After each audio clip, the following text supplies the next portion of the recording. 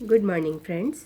आज हम बात करेंगे बीए पार्ट फर्स्ट ईयर के फर्स्ट पेपर, जिसके अंतर्गत हम हमारे यहाँ देखेंगे इम्पोर्टेंट क्वेश्चंस को, जो कि राजस्थान विश्वविद्यालय के सिलेबस के अनुसार तैयार किए गए हैं। इसके अंतर्गत हमारा जो पैटर्न रहता है वह निम्न प्रकार से रहता है।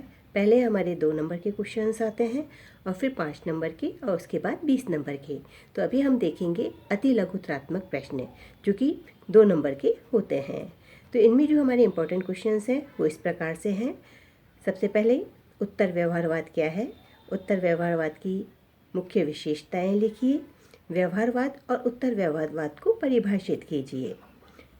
साथ ही राजनीतिक विज्ञान की आधुनिक दृष्टिकोण की विशेषताएं बताइए।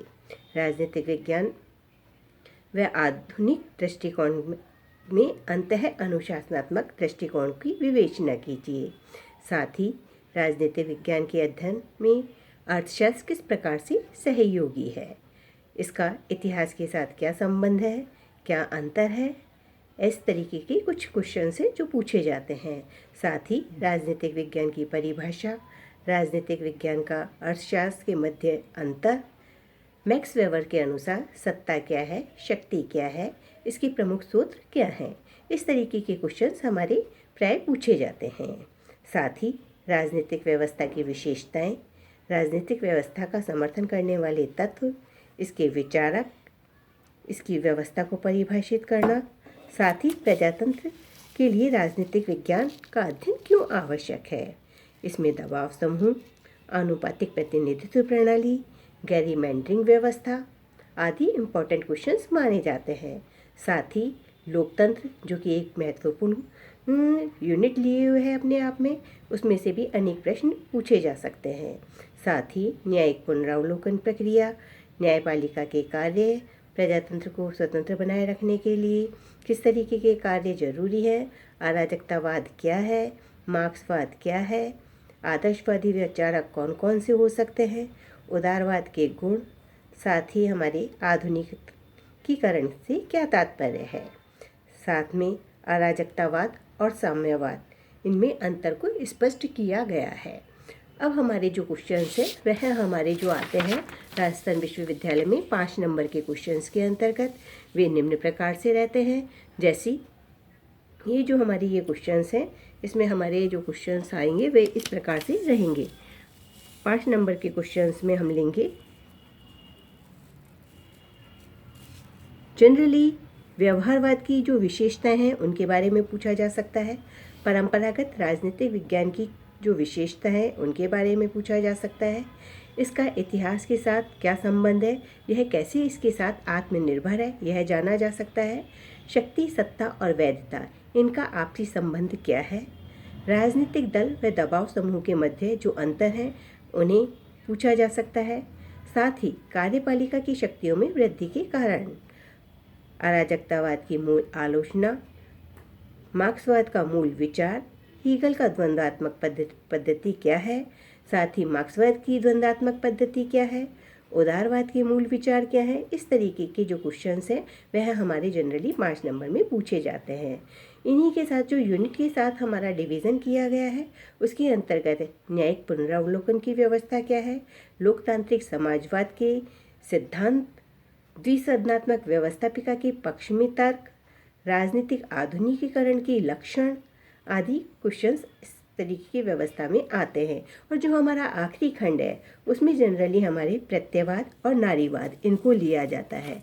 अब हम बात करेंगे हमारे निबंधात्मक प्रश्नों की, जिसमें हमारा जो ये विभाजन है 4 खंडों के अनुसार किया गया है।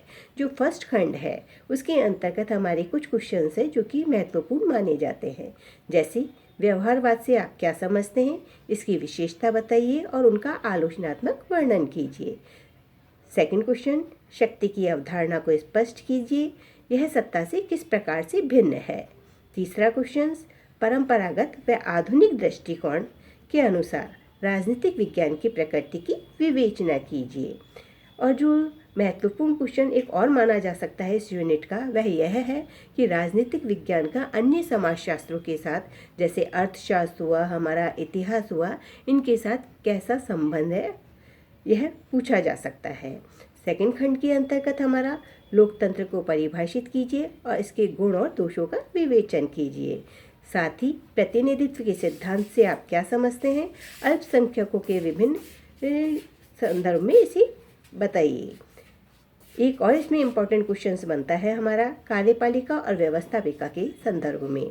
इसके मुख्य कार्य वर्तमान समय में जो ये कार्यपालिका की शक्ति में वृद्धि के कारण और पतन के कारणों का विवेचना कीजिए।